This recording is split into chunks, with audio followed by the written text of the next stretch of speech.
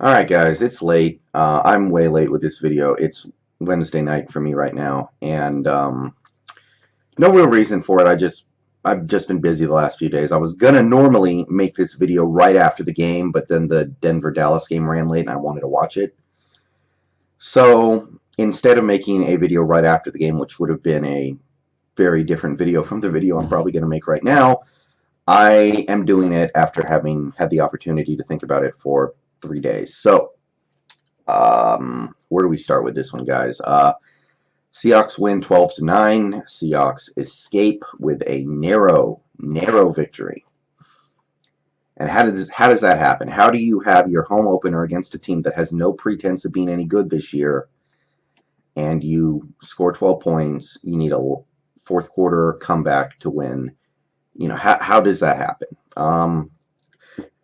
Well, as I usually do, I'm going to go ahead and start with the positives, because it's important that we don't get too wrapped up in what we don't like about this team, because there are a lot of things to not like about this team, and I get that it's more entertaining to maybe talk about that. It's more therapeutic, and it's probably more meaningful, but let's not get away from what made this game work out for us in the end. People are picking on the defense a little bit because we gave up some stuff in the running game. We gave up 8 yards a carry in this game, and we gave up 2 really long runs, which not typical of this Seahawks team. So people are picking on that a little bit, but we give up 9 points, about 250 yards of offense. You'll have to forgive me if I find it really hard to be overly critical of these guys, because once again, we were completely shutting down the opposing offense for almost the entire game, despite having no support from the offense. KJ Wright, Bobby Wagner, incredible games, manning the flats, filling running gaps. I know we gave up some stuff in the running game, but not everything is the linebackers' fault in those circumstances. Bobby Wagner had a big pick, which turned into points, which we ended up needing. The secondary gave up basically nothing but underneath stuff all game long. 49ers had no plays in the passing game longer than 15 yards. Michael Bennett had a sack. Frank Clark had a sack. Sheldon Richardson, Jerron Reed, those guys making their presence felt down there, getting good rush on Hoyer, forcing everything short, forcing everything in front of the safeties. Look, I understand that the 2 long runs are concerning. I understand that there was one drive in the fourth quarter where the 49ers basically just grinded on us with the running game when they were driving to kick a field goal. But you're not going to get me to say too many negative things when you completely shut down the opposing passing attack. Brian Hoyer had less than 100 yards passing in this game. And like I said, no big plays. And you hold them to 9 points, and that ends up being enough to win. Again, no offensive support. You can critique the run defense a little bit. They gave up some stuff, but I can't say too much bad. I really can. Fourth quarter, Russell. You got to single out that fourth quarter. He did what he had to do. He made plays on that last touchdown drive and got us where we needed to get. So I can give him credit for that. He used his legs. He used his arm. He made some really nice plays. He looked like himself for at least a few minutes there. Chris Carson, in a backfield full of players who just aren't getting it done right now, Carson's the one guy who looks like he's here to play. Struggled all game long, fighting, doing everything he can, somehow managing to grind out a few positive carries here and there. At the end of the game, he closes it out big time, grinding the clock down for those last few first downs, getting a couple of big first downs on the touchdown drive. We have our number 1 running back, and that is very welcome for me, because I was sick of not being able to trust anybody. Now I have somebody I trust. Tyler Lockett, Doug Baldwin, Luke Wilson making plays in the passing game on a day where there weren't a lot of plays to go around. Those guys held up their end of the bargain. Amara Darboh made his first career NFL catch, and he drew a big pass interference penalty. Paul Richardson, big-time catch, playing injured, hauls in the game-winning touchdown. Great. So there is good stuff here, but there's no way you can talk about a game that you win 12-9 at home against a rebuilding team like the 49ers without having some serious negative stuff to say. So there is the run defense, which I already talked about a little bit. It has to get better, legitimately. I can't put any of this on the defense, but those guys need to get better. Special teams.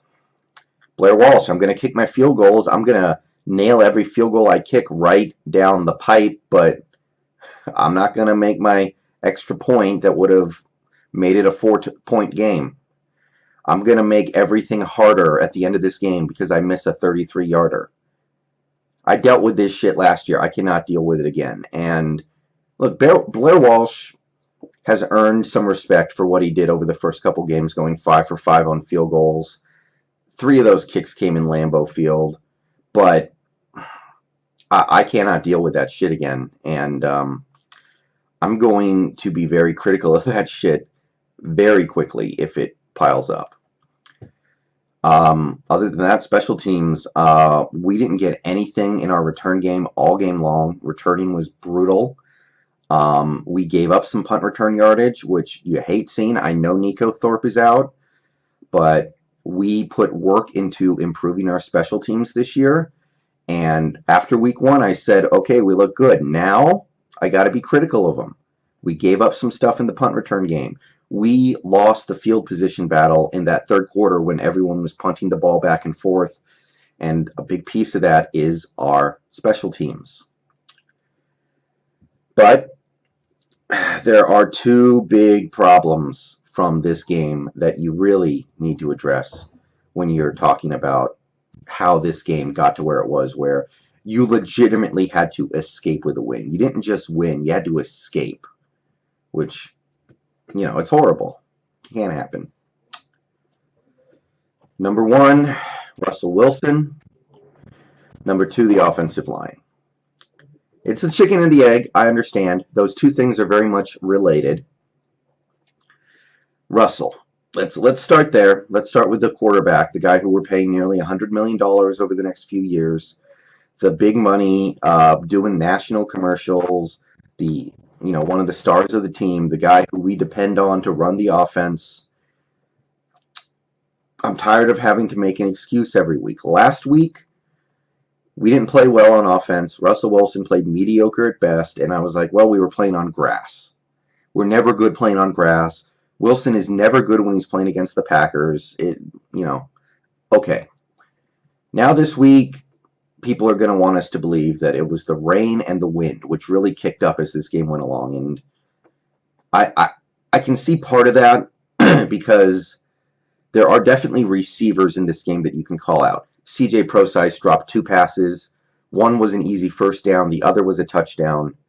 Tanner McAvoy dropped 2 passes in this game. One was a third down conversion. The other was an easy touchdown.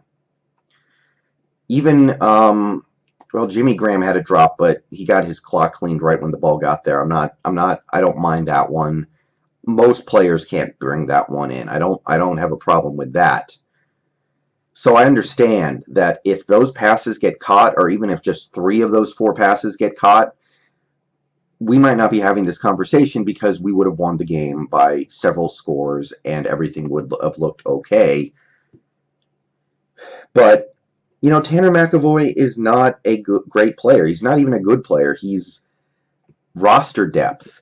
CJ Prosise may not be in the NFL next year, mostly because he can't stay healthy, but he's your 3rd-string running back. When they fail, I can only get so frustrated because they're the guys who are at the end of your roster. Russell Wilson is not that guy. And I understand the weather was bad, but we are talking about a guy here who played college football in Wisconsin and who plays professional football in Seattle. I've lived in Washington State my whole life. I know it rains a lot here. If you cannot play in bad weather, we have bigger problems than just one game. So that's not good enough. And, it isn't just this one game, by the way. Wilson has a little bit of a history of playing poorly in bad weather games, and that's not going to work. We deserve better. We need better than that. So those first three quarters, look, some of the pass rush pressure that the 49ers got in this game was because Wilson was screwing up. He ran into pressure. He ran around in circles in the pocket like he didn't know what he was doing. He waited too long to get the ball out. He made bad decisions. He looked really bad throughout most of this game. And a big part of it is he's seen phantom pass rush because he's so accustomed to his offensive line letting him down. But at the same time, when the offensive line is doing their job, because, yeah, I'll say it, the offensive line looked better today. Offensive line, it has problems. They had bad plays. They were better. And a lot of the stuff that went wrong in our passing game today was on Wilson. He waited too long. He ran the wrong way. He misunderstood what he was supposed to be doing. He was running around in circles in the backfield. And that can't happen. He's not supposed to be the one that is ruining these games. If it's the offensive line, I'll get mad at those guys. Russell Wilson can't be doing that. That's not the guy who needs to be screwing this up for us. And I was not impressed at all in those first three quarters. Offensive line. That's the other big topic of discussion right now. It's time for Mark Lewinsky to go. This isn't a reactionary thing either. He is too weak to play the position or something. I don't know. But I'm looking at this offensive line right now, trying to figure out how I feel about everything. Look, Britt is solid. Britt has legitimately played pretty good the first two games. Britt is fine. Yokel had a couple bad plays against the Packers, but he was pretty good against the 49ers, and I think he's the guy there. He's the guy at left guard. That's your foundation, those two guys right there, Yokel and Britt. They will get the job done often enough to be decent players. I'm going easy on the new left tackle because he's not George Fant. Reese Odiombo. I'm going to go easy on him. He just got here. He didn't think he was going to start this year, and then he just gets tossed out there because George Fant's leg explodes into a billion pieces in the preseason. I'm not going to criticize that guy. And Jermaine Ifedi, I know he drives me crazy, just like he drives all of you crazy. He's young. He's in his second year. He just moved to a new position. And I can see the potential with him, even as he frustrates me with some of his play. I'm going to let that one develop for a little while here. So I'm looking at Glowinski, a guy who has gotten embarrassed in the first two games of the season, and physically I don't think he has it. I think he's just too weak to play right guard in the NFL. He's getting blown up too much. And a lot of what we saw in this game today, we couldn't run the ball in the first few quarters, hardly at all. And, the pass protection was improved but inconsistent. I have to pin a lot of that on Mark Glowinski. So I could call out, like I said, Jermaine Ifedi. I'm going to lay off on Jermaine Ifedi for the moment. Not because he deserves to be laid off of, but because we can only criticize so many people at once, really. We got to take these things on one at a time. I'm going to ease off on Reese Odiombo because he deserves the opportunity to get better, and he legitimately looked good as this game went on. Mark Lewinsky, weakest link. And I've seen signs from the press conferences and what the coaches have said this week that we are getting a Bushi against the Tennessee Titans in Glowinski's place. So I don't see how you could get much worse. But that is the guy I'm going to go ahead and call out. Mark Glowinski, get better or get on the bench. And we'll let Ibushi get his shot against the Titans. We'll let Ethan Posick get his shot in the future if that doesn't work out. But instead of hanging the entire offensive line out to dry, focusing on that, let's get better there.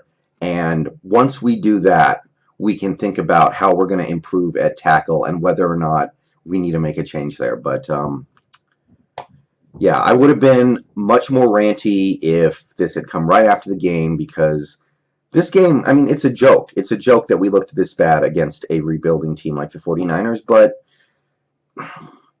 I think it's important that we remember that we would rather have a team that finishes strong instead of a team that starts strong, and it is inevitable that these guys will get better. They just need time together.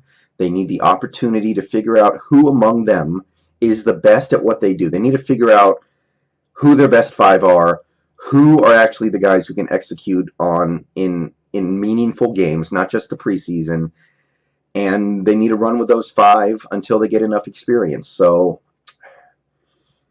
could have gone off, but I'll take the win. I'll take going into Tennessee 1-1, which is pretty much what I expected, and